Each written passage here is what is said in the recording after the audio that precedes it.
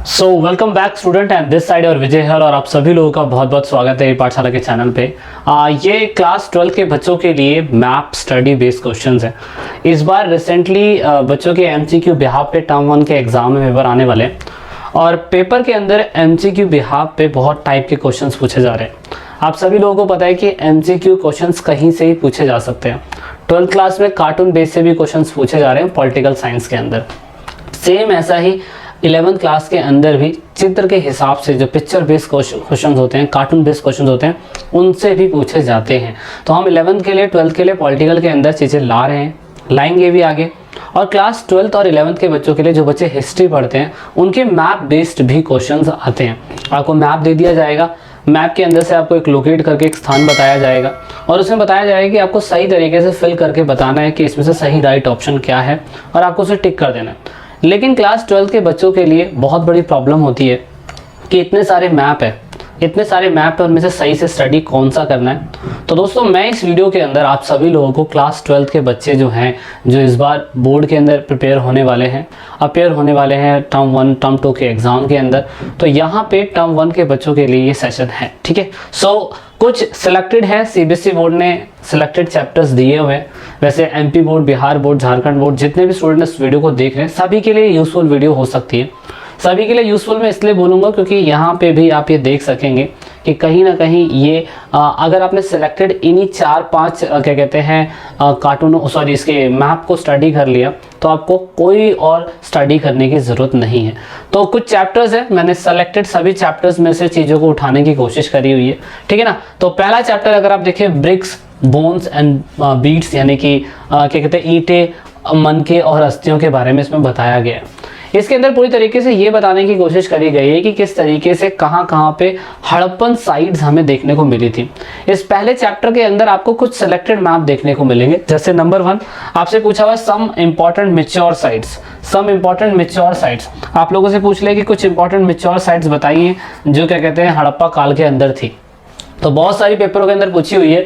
ये इस बार पीसीएस के एग्जाम में मांडा पूछ लिया था, पीसीएस के एग्जाम के अंदर, यूपीएससी के एग्जाम के अंदर भी ये मांडा पूछ लिया था कि क्यों फेमस है, क्या ये हड़प्पन साइट्स है कि नहीं, है ना। बहुत सारी साइट्स मिली थी, लेकिन एक मैप में ये दे रखा है, एक मैप में ये दे रखा है कि आपको बताना है कि जो क्या कहते हैं एरियल इलाका था, मतलब हड़प्पन ऑक्यूपेशन का, कि ज़्यादातर लोग जो क्या कहते हैं माल को लाने ले जाने के लिए या सामान अगर बाहर से मिलता था तो उस सामान को कहाँ पे रखते थे या कहाँ बेच दिया करते थे। तो ये कुछ ऐसा मैप, ये मैप आपकी बुक के अंदर पहले चैप्टर में दिया हुआ है। और फिर दूसरा एक मैप ये दिया हुआ है, आपको बताना है कि हड़प्पन सिविलाइजेशन और वेस्ट एशिया की कंट्री के साथ इनका रिलेशन कैसा था। तो ये तो हड़प्पन सिविलाइजेशन हो गई, तो वेस्ट एशिया के अंदर ये मेसोपोटामियन सिविलाइजेशन हो गया, तो इनसे रिलेशन कैसा था, ये मैप भी आपकी बुक के अंदर दिया हुआ है। और लास्ट मैप जो दिया हुआ है आपसे लेट हड़प्पन सिविलाइजेशन पूछा हुआ है कि अगर हड़प्पा सिविलाइजेशन खत्म हुई थी तो हड़प्पन सिविलाइजेशन बाद में इंडिया के कौन से हिस्सों में मिली थी। तो 4 मैप पहले चैप्टर के अंदर है,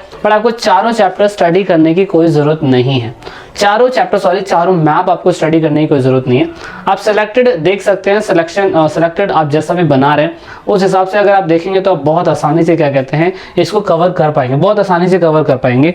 जैसे आपको मैं बताने जा रहा हूं, अगर आपने इसके अंदर सिर्फ इसी मैप की स्टडी करी, सिर्फ इसकी मैच्योर हड़प्पन सिविलाइजेशन, यानी कि मैच्योर हड़प्पन सिविलाइजेशन में आपसे पूछा हुआ है कि इन सिविलाइजेशन में आपको ये मैप दे दिया जाएगा। ये मैप देने के बाद आपसे पूछा जाएगा कि आप ये बताइए कि इन मैच्योर हड़प्पन सिविलाइजेशन में से ये वाला कौन सा है, मतलब ये वाला कौन सा है, आपसे ऐसे करके पूछ लेंगे। तो अगर आपने सिर्फ इसी मैच्योर हड़प्पन सिविलाइजेशन वाला ही देखा ना, बस एक देख लीजिए, देखने के बाद क्या कहते हैं मैं आपको दिखाता हूँ कि किस तरीके से फिल करना है। अब आपको क्या करेंगे, ये तो पूरा बना बनाया तो किताब में दिया हुआ है, लेकिन आपको क्या करा जाएगा, आपको एक मैप दे दिया जाएगा। ये मैप दे दिया जाएगा, आपसे ये कहा जाएगा कि आप ये बताइए कि ये वाला प्लेस जो है ये कौन सा है। नंबर 1 पूछ लेंगे प्लेस कौन सा है, या आपसे पूछ लेंगे ये वाला प्लेस कौन सा है, या आपसे पूछ लेंगे बताइए ये वाला प्लेस कौन सा है और सही ऑप्शन बताइए। क्योंकि फिल तो करना नहीं है, फिल नहीं करना, कहीं कहीं फिल करना भी हो सकता है, क्योंकि कहीं कहीं क्या कहते हैं बच्चों को फिल करने वाला भी पूछा हुआ है ना, फिल करने वाला पूछा हुआ है। तो जहाँ फिल करने वाला पूछा हुआ वहाँ फिल कर देना, जहाँ एमसीक्यू वाला पूछा हुआ एमसीक्यू वाला फिल कर देना। तो एमसीक्यू वाले तो बहुत आसान है, आपको सही अंदाजा लगाना है। तो यहाँ पे टोटल 11 साइट्स दे रखी है। अगर आपको 11 साइट की एग्जैक्ट लोकेशन पता हो 19-20 में कह सकता हूँ, आगे पीछे हो सकती है, लेकिन कुछ साइड्स आपको पता होने जरूरी है। जैसे नंबर 1 पे आपको हड़प्पा पता होना जरूरी है कि यार ये लोकेशन ना हड़प्पा की है, ये लोकेशन हड़प्पा की है, तो रावी नदी के बीच में स्थित है, तो ये रावी नदी पे स्थित है ये हड़प्पा, तो आपको ये पता होना चाहिए। दूसरा आपको मोहनजोदारो जरूर पता होना चाहिए, और मोहनजोदारो जो है वो क्या कहते हैं, यहाँ पे एग्जैक्टली ये वाला जो है ये मोहनजोदारो है ना, मोहनजोदारो क्या कहते हैं जो भी है, तो ये चीज आपको ये जानना जरूरी है, ठीक है ना। मोहनजोदारो करके क्या कहते हैं जगह है, ये चीज आपको जाननी जरूरी है, ठीक है। और उसके बाद हड़प्पा हो गया, मोहनजोदारो ये हो गया पाकिस्तान के अंदर। दूसरा फिर इंडिया के राजस्थान के हिस्से में कौन कौन सी है ना, तो अगर आप देखिए नंबर 7 पे अगर यहाँ पे बिल्कुल कोने वाला इलाका जो एज अ पोर्ट के लिए इस्तेमाल किया जाता होगा वो है नागेश्वर। तो नागेश्वर आपको याद करना पड़ेगा कि ये नागेश्वर है, कोने वाला हिस्सा ये नागेश्वर है। और अभी रिसेंटली क्योंकि धोलावीरा जो है एक यूनेस्को साइट बनी है धोलावीरा, तो धोलावीरा भी आपको पता होना चाहिए कि नंबर 6 पे जो है वो धोलावीरा है। धोलावीरा मतलब मैं नहीं कह रहा कि सारे के सारे आप पढ़िए, लेकिन कुछ ये है कि हड़प्पा, मोहनजोदारो, धोलावीरा, नागेश्वर, और फिर यहाँ पे कुछ आपके क्या कहते हैं हरियाणा और पंजाब के कुछ हिस्सों में कुछ साइट्स हमें देखने को मिली है। तो आप इलाके के हिसाब से देख सकते हो, ये पाकिस्तान की है, वो हरियाणा पंजाब की है, और एक राजस्थान की है। तो राजस्थान वाली एक ही साइड हमें देखने को मिल रही है, और राजस्थान की एक ही साइड जो हमें देखने को मिलती है वो हमें काली बंगन या बंगा बोलते हैं ना, बंग, काली बंग बोलते हैं, बंगन, काली बंगन, ठीक है ना, ये राजस्थान के अंदर है। उसके बाद दूसरी और पांचवें नंबर की जो है, दूसरी और पांचवें नंबर की ये आपकी हरियाणा पंजाब के अंदर मिलेगी। तो आपको क्या रखना है याद, पहले आपको बनावली याद रखना है, बनावली, और जो पांचवें नंबर वाली है ये आपको राखीगढ़ी है ना। मतलब आप ना लोकेशन के हिसाब से बांट लीजिए।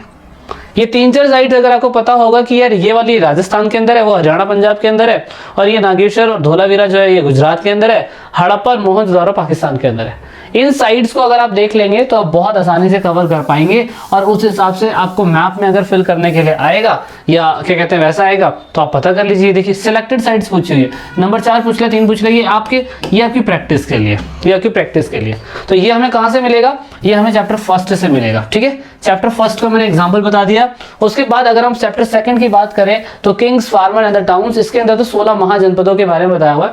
ये 16 महाजनपद कहाँ पे थे, दूसरा अशोका से रिलेटेड है, तो मेजर और माइनर रॉक पिलर अगर हमें मिलते हैं, इंस्क्रिप्शन हमें मिलता है तो उसके बारे में। तो ज्यादातर तो अर्ली स्टेटस जो है मतलब कैपिटल और क्या कहते हैं उसके बारे में पूछा जाता है कि 16 महाजनपदों में से ये बताइए कि ये जनपद कहाँ पे है ना, ये पूछ लिया जाता है। ये देख लीजिए 16 महाजनपद, क्योंकि 16 महाजनपद एक टर्निंग पॉइंट था इतिहास के लिए, और अगर 16 महाजनपद एक टर्निंग पॉइंट था इतिहास के लिए तो 16 महाजनपदों की आपको एग्जैक्ट लोकेशन पता होनी चाहिए। अगर एग्जैक्ट लोकेशन भी नहीं पता तो आपको अंदाजा होना चाहिए कि इन 16 महाजनपदों का लोकेशन कहाँ कहाँ पे हमें देखने को मिलता है। लेकिन जिसमें से जो मेन है जो आप याद कर सकते हैं कि ये देखिए आउटर हिस्सों पे 2 ही हमें देखने को मिल रहा है ना, आउटर हिस्से पे हमें 2 ही देखने को मिल रहा है। तो इसमें से नंबर 10 जो है तक्षशिला,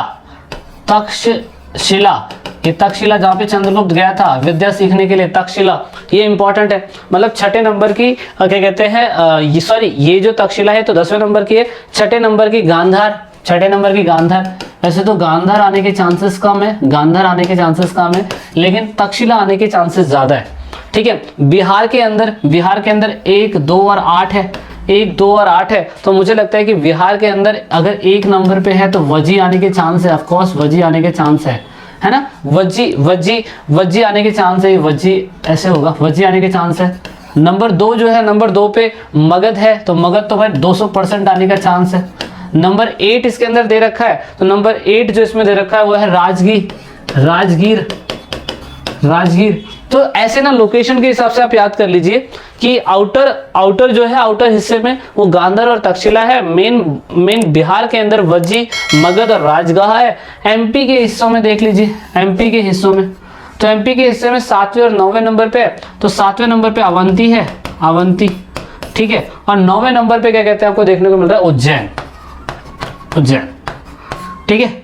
तो मतलब ये हो गई एमपी की। फिर यहाँ पे अगर आप देखें तो भाई यूपी के अंदर बहुत सारी साइट्स है, 4, 5, 3 और 11। और अगर 4, 5, 3 और 11 में से अगर मैं आपको बोलूं तो आप एक मेन जरूर याद रखिएगा, वो है वाराणसी। तो वाराणसी तो 11 नंबर पे, वाराणसी, ये चीज जरूर याद रखिएगा, वाराणसी।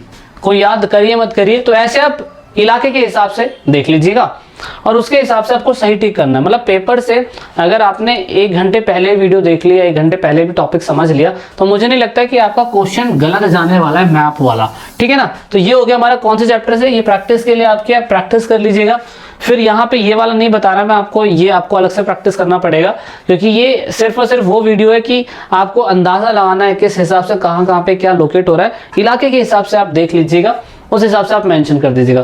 4th नंबर पे विचारक, विश्वास और इमारतें, ये वो चैप्टर है जिसमें ज्यादातर गौतम बुद्ध से रिलेटेड चीजें पूछी गई है। क्योंकि गौतम बुद्ध कहाँ पैदा हुए, कहाँ मरे, कहाँ उपदेश दिया, ये तो मैच द फॉलोइंग के अंदर भी आता है, मैच द फॉलोइंग के अंदर भी आता है। तो इसलिए ये चैप्टर इसलिए इंपॉर्टेंट हो जाता है कि गौतम बुद्ध से रिलेटेड जो स्थान है, जो प्लेसेस है, वो कौन कौन से है ना। तो यहाँ पे कौन सा एग्जाम्पल देखा रखा है, major Buddhist site, major Buddhist site. तो मेजर बुद्धिस्ट साइट में अगर हम देखें तो मेजर बुद्धिस्ट साइट बहुत सारी है, अजंता है, सांची है, अमरावती है ना, लुम्बिनी है, कुशीनगर है, बोध गया है, सारनाथ है, बिरहूद है ना, सारस्वती है, ऐसी बहुत सारी जगह है। लेकिन इन सभी सारी जगहों में से 4 जगह सबसे ज्यादा इंपॉर्टेंट है, याद करिए 4 जगह सबसे ज्यादा इंपॉर्टेंट है ना। 4 जगह कौन से इंपॉर्टेंट है, 4 जगह वो इंपॉर्टेंट है जहाँ पे सबसे पहले तो वो पैदा कहाँ हुए, है ना, पैदा कहाँ हुए, लुम्बिनी में, नेपाल में पैदा हुए थे, ठीक है ना, ये याद रखिएगा, लुम्बिनी में पैदा हुए, ठीक है। उसके बाद क्या कहते हैं, उनको ज्ञान कहाँ प्राप्त हुआ, उनको ज्ञान प्राप्त हुआ बोध गया के अंदर, उन्हें एनलाइटमेंट प्राप्त हुआ,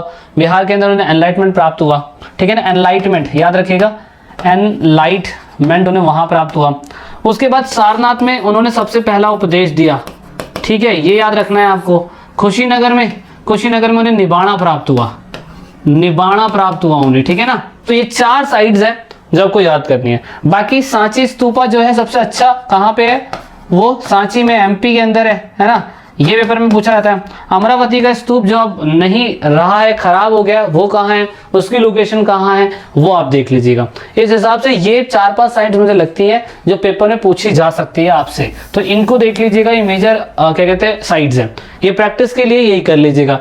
विजयनगर एम्पायर, क्योंकि 6th और 5th के अंदर कोई भी क्या कहते हैं वो नहीं है मैप वाला, लास्ट एक विजयनगर एम्पायर है। विजयनगर एम्पायर के अंदर तो आपको पता है कि सुल्तान के बारे में, राय के बारे में, नायकों के बारे में, इनके बारे में बताया गया था, है ना। और ये गोलकोंडा कहाँ है, बीजापुर कहाँ है, सुल्तानों ने कहाँ अटैक करा, कहाँ वॉर लड़ी, इसके बारे में इसके अंदर बताया गया है, ठीक है। तो मैं 1 सेकंड देख लेता हूँ कि इसका कौन सा क्वेश्चन पूछा हुआ है।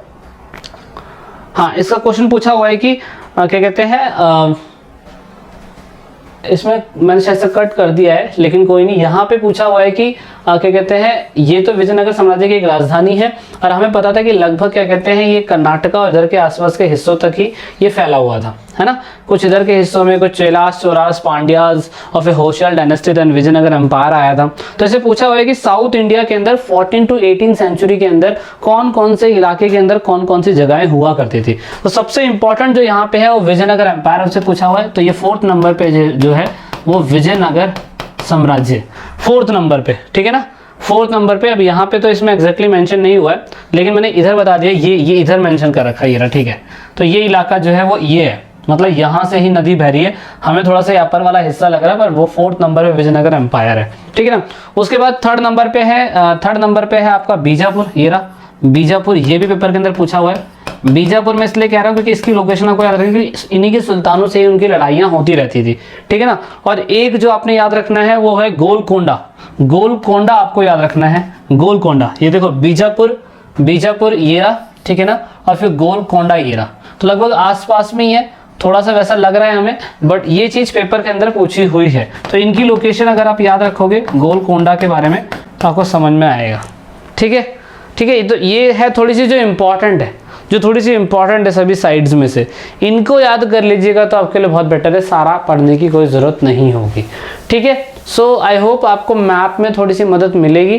बाकी जब हमारा टर्म 2 आएगा तो उसमें हमने इन चैप्टर्स के लिए प्रिपरेशन करी हुई है, कहाँ से क्या क्या क्वेश्चंस आते हैं, ठीक है ना, ये प्रिपेयर करा जाएगा। लेकिन अभी के लिए इतना ही है आप लोगों के लिए। तो आप लोग क्या कहते हैं 7 चैप्टर तक एमसीक्यू क्वेश्चंस देख लेंगे तो आपके लिए बहुत बेनिफिट होगा, ठीक है। सो मिलते हैं वीडियो के अगले पार्ट में। जय हिंद, जय Bharat. This is it in this video.